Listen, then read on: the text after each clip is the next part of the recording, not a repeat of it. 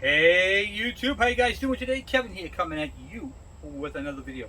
Today is an extremely amazing day. A full circle day, if you will.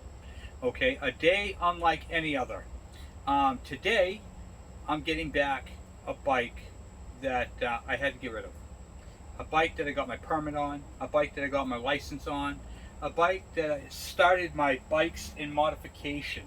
A 1972, and you guys have heard the stories on this bike. I have talked about this bike numerous times, about the Honda, the CB350 with a 360 motor on it.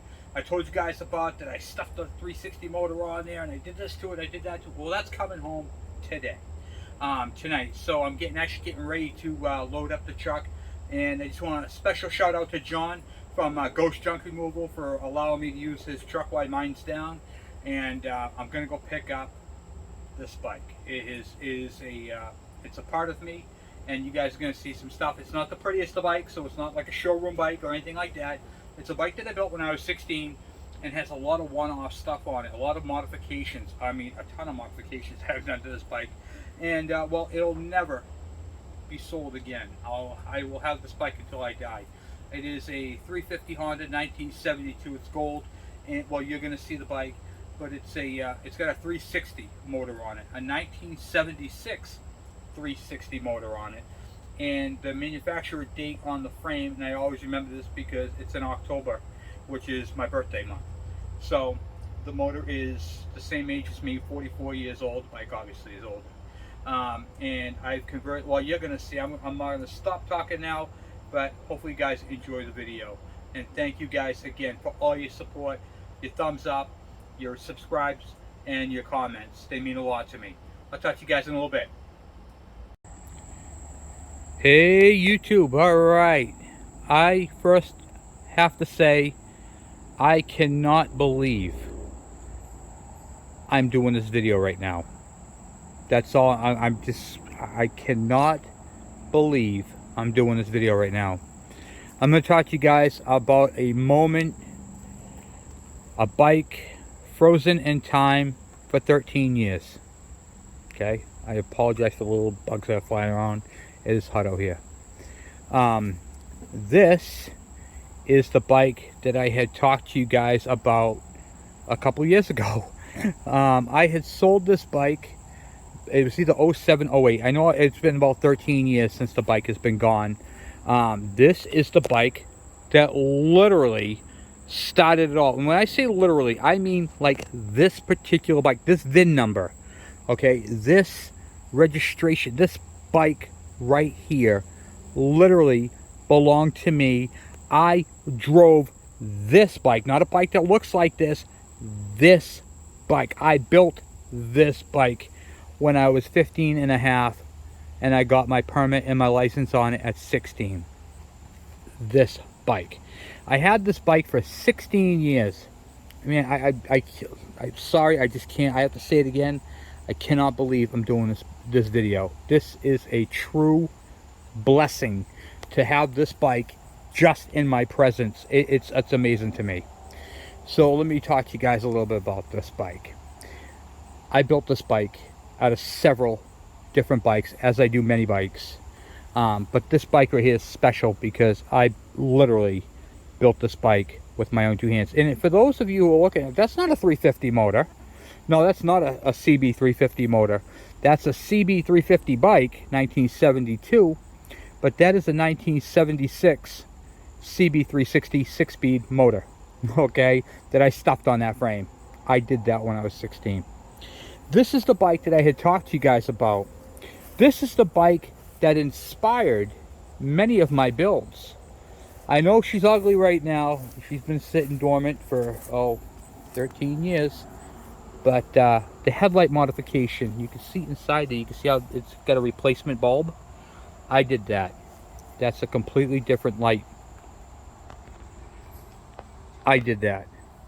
I took two front directionals, okay, and mounted them in the back. Ran a second wire, a third wire I should say, to the marker light, and now when you turn the lights on, all four lights on this bike right here light up like a car. And then, of course, when you turn your directional on, it blinks. Now, that same way of wiring, inspired by this bike, I did on my Yamaha Virago. These are two front directionals wired up with the light up to the tail light, and so when I turn the directional on, it blinks, but it also, all four of them come on when you start the bike. This bike and me, and I, have traveled the entire state of New Hampshire, all the way up to the Canadian border and back. It has been through every major highway in what do you call it there, New Hampshire. I have literally spent hours on this bike, hours. Some of the things I've done to this bike, you can see how it's got a 72, looks like a 72 front end, because it is 72 with 360 shocks in the front, and I put disc brakes on this bad boy right there. Disc brakes, this little badge, here's the master cylinder up here. I put the gauges. When I had one of my first jobs, second job I should say, first one was at Groveland Equipment, but this one right here is from AutoZone, and this is a pull choke because I didn't want to reach down and do the choke myself. Right there. And then here is my key relocation kit that came off of a CB350, and that right there was relocated from right there. It's got the crash bar on it. Everything on this bike is as it was when I had. There was a little purple thing right here that lit up. It did pop off. I don't know where it went, but I did have that a little while ago, and then I lost it. I gotta find it. The exhaust, those came off of a CB500. Guys, when I tell you I built this bike, I modified the frame to fit, expanded the ears a little bit to fit that frame. I notched the frame underneath the seat, in between the two carbs. This bike, literally, I had ridden the pants off. These two pegs, it was like, oh, Kevin, what are these? I got this. Tom is the one who sold me the bike. He bought the bike about a week ago. It wasn't what he was looking for, and put it on Marketplace. I was flipping through Marketplace. Sorry, I'm so excited. I'm all over the place. And I flipped it through the pages of Marketplace, and then all of a sudden I'm looking up. I stood up off the couch. I'm like, that's my bike. Literally, and when I say that, I mean that to the fullest extent. That's my bike. These pegs I put on because my son Michael, at the time, was about 7 years old, and I was taking him back and forth to the bus stop on this bike. And that's why there's two sets of pegs there, one up high, one down bottom. I put those on there for my little guy. And these Honda ones actually came off of an old crash bar, or highway bar, and coincidentally, those pegs and that key relocation kit came off the same bike. So there's a little history right there on that. I have literally built this bike. I have had this bike apart gazillion times. It does not currently run. I am not worried about that at all. I did kick it over. It does feel like it's got compression in both cylinders, which is to be expected. It's a Honda. I painted the engine way back in the day, and that is actually grill paint. She's ugly, guys, I know, but the history behind this bike and what this bike represents. This is the bike I had talked to you guys about on the channel before. Like, I put a 360 motor on a 350 frame. This is that bike. The odds of getting this bike back are extremely slim to none. I changed out the taillight to the Japanese style taillight. It did have one of those big god-awful ones. And I say god-awful, they're actually nice looking taillights on a bigger bike. This is a smaller bike, so I went with the small one, and I had the purple dot there that they put in the the lights, but I'll have to get another one of those. The seat is not the one I had on the bike, which is okay. The mount is missing and the bracket's different, but I'll get a seat for it. Under here, you can see where I mounted the fuse box. The wiring harness from this bike is from a CB360. All right, all that's from a 360. I need to get a new rubber mount for the that had deteriorated and rotted out, and pretty much the rest of it's all here. I mean, this is just amazing. Everything is here, just exactly the way I had it, except for that ground wire, which I'll have to fix.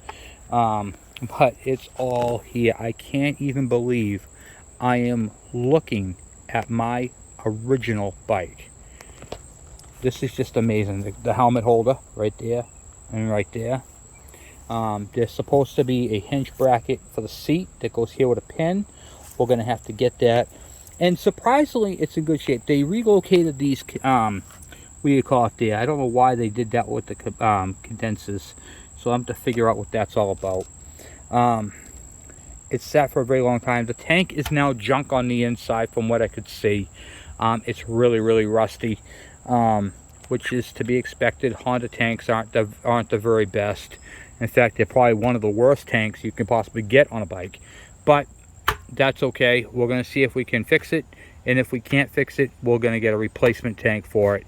I'm okay with that. This is the points cover right here. This is dual points. And, well, I got to tell you something else. Rick's Motorcycle, I have gotten a lot of parts from, like this right here. Rick's Motorcycle is where I bought that 360 with the front end, the whole thing. I used to buy a lot of bikes from them. And this bracket right here, this handle came from Rick's Motorcycle. I used to go down there all the time and buy whatever they had for 350s and 360s. They used to sell them to me for like $200 to $300 back then. Now, man, would that be awesome? I'd be buying a bike a week. But you know, they're really good people. In fact, I called them today to see about if they had a tank and a seat, and I talked to Sarah, and I hadn't talked to her in a long time. Sarah is one of the parts people over there, really nice woman, and I have not only have I met her, I had talked to her on the phone a gazillion times. I've bought a gazillion parts from them, and it's crazy. And now her husband owns it, so really cool. So if you guys looking for used parts, go over to Rick's Motorcycle Enterprises. There are 2 Rick's Motorcycles, but you want the Enterprise one. There's where you can get parts. Now, also want a big shout out to Ghost Junk Removal for allowing me to use the rig. That's what I put it in. I would have shot video last night, but it was so dark when I got home, it was ridiculous. So big shout out to Ghost Junk Removal for allowing me to use their van to bring this thing home, because my truck needs tires. And well, I wasn't expecting. Just a big shout out to John over at Ghost Junk Removal and Tom for selling this thing back to me. He didn't make any money on this deal, and I didn't talk him down either. He put it on there for what he bought it for, and I couldn't be more happy with the price. I couldn't get the money out quick enough. You know, so it's a big shout out to him. And guys, the history, I could go on and on. When I found out I was going to be a dad for the first time, this is the bike I went, and I went for a long ride just to let it out. When I lost my mom, I had to mourn. I had to get the stresses out. This is the bike I did that on.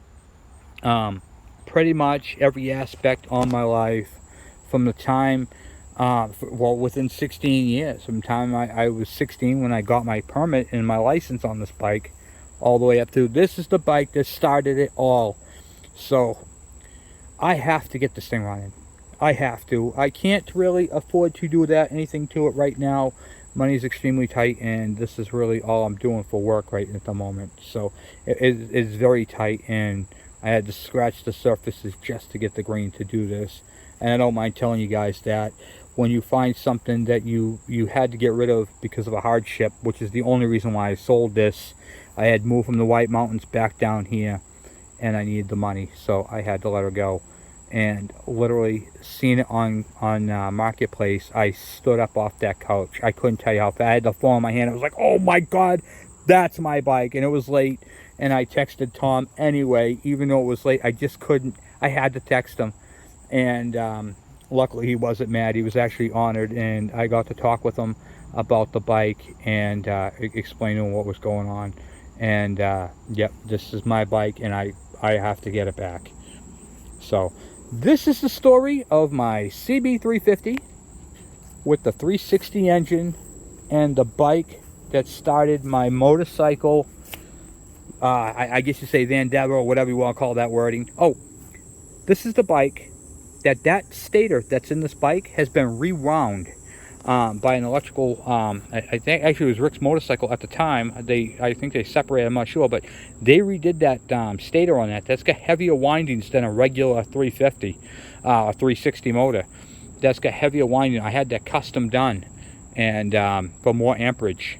So I can't wait to upgrade the charging system with that. That's going to be epic. And we're going to do some stuff to this. One of the things he's going to get is electronic ignition and getting rid of those points. Man, we got so much stuff to do to this bike. And I got to do those carbs. I got to get the, there's a lot of, you can see, if you look on the bike, this is how I know it's been sitting, guys. This is how, when you're looking at a bike that's been either in a barn or just been sitting for a long time. You see this? That's varnish. You see right there, it was leaking. Okay? That's okay. The seal went, and the varnish probably ate the seal, and then it leaked out its fuel, and you can see it all over the motor, and I'm okay with that. Okay? I look at the bottom of the tubes, and I guarantee that this bike right here literally just sat. I think there's been about 1,000 miles on the bike since I sold it, if that, and yeah, I'm tickled pink just to have it back. Honestly, I couldn't be more happier. These bikes right here will not start without a battery, and you don't want to start them without a battery anyway. Kick them over, because these bikes right here will ruin the rectifier. But that's okay. We don't care about that. We just want to get this bike back, which we have it, and now we're going to have to go ahead and go through it. So at some point tomorrow, I'm going to rip off these carburetors, and I'll take you guys on that venture with me and get these things in the ultrasonic cleaner. And Robert ordered some more parts for his bike, so we're waiting for some stuff on that. And we have a lot of bikes. We have 2 motor teardowns. We've got a lot of stuff coming up, guys. A lot of stuff. Oh, I put these red caps on here too. I did that too. Those are factory coils. I just put different red caps on there. I found those. I thought they were kind of neat back then, and I threw them on there. Guys, this bike started so much of this behind the scenes stuff that you guys don't know about, like my electrical, my mechanical, my creativeness. This bike right here was there. I was going to what do you call it there, put a 400 on this frame, but it couldn't take it, and I was going to do that after the fact, but I did. I widened the frame right up in here. I widened those ears down bottom as well, and made all that work. The bracketry. Let's see if we can scooch in there. Can't really see too well, but you can see how it's all mounted on there. Everything's mounted back on. One of the things, when I do a bike, as you guys know, I set parameters, okay? And one of the things is they have to meet those parameters. And I didn't want to destroy the frame on this bike, like, you know, cut and weld. It had to mount into its original spot. Everything had to mount up in the original spot. The exhaust had to be in the same spot. This is, like I said, these are automotive clamps. And that's a collar right there you find on a Honda, a Civic. It's just, this is amazing looking at it, guys. These are the tires that I bought. Look at this, guys. I bought these tires 13 years ago, and they still got the little nubbies on them. I mean, they're good quality tires. Oh, got those right there. I bought those through Rick's Motorcycles too. Pretty much everything I bought for this bike, I bought through Rick's. So I bought the front tire, the back tire, and went up, picked them up. I mounted them, not balanced them, but I mounted them myself. I should have balanced them, but I didn't. Geez, what can I say about this bike? Yeah, and the brakes still work. Everything works. They get good feel to them. It's just amazing. It's just literally, guys, it's a time capsule, and I cannot wait to get this bike running. I'm over the moon. So anyway, guys, I'm going to end it here. I'm going to stop rambling. But you guys will be seeing a lot more of this bike. And I just want to say once again to Tom, thank you for selling me back my bike, and being such a straight up honest guy with me. This bike right here is changed hands we figured about 3 times since then, and it's literally a time capsule. And the fact that I'm 44 now, the fact that I have the bike that I got my license on, the bike that started my creativeness when it came to, this is my first on-road motorcycle. My first dirt bike I got from my brother Clay was the KD80.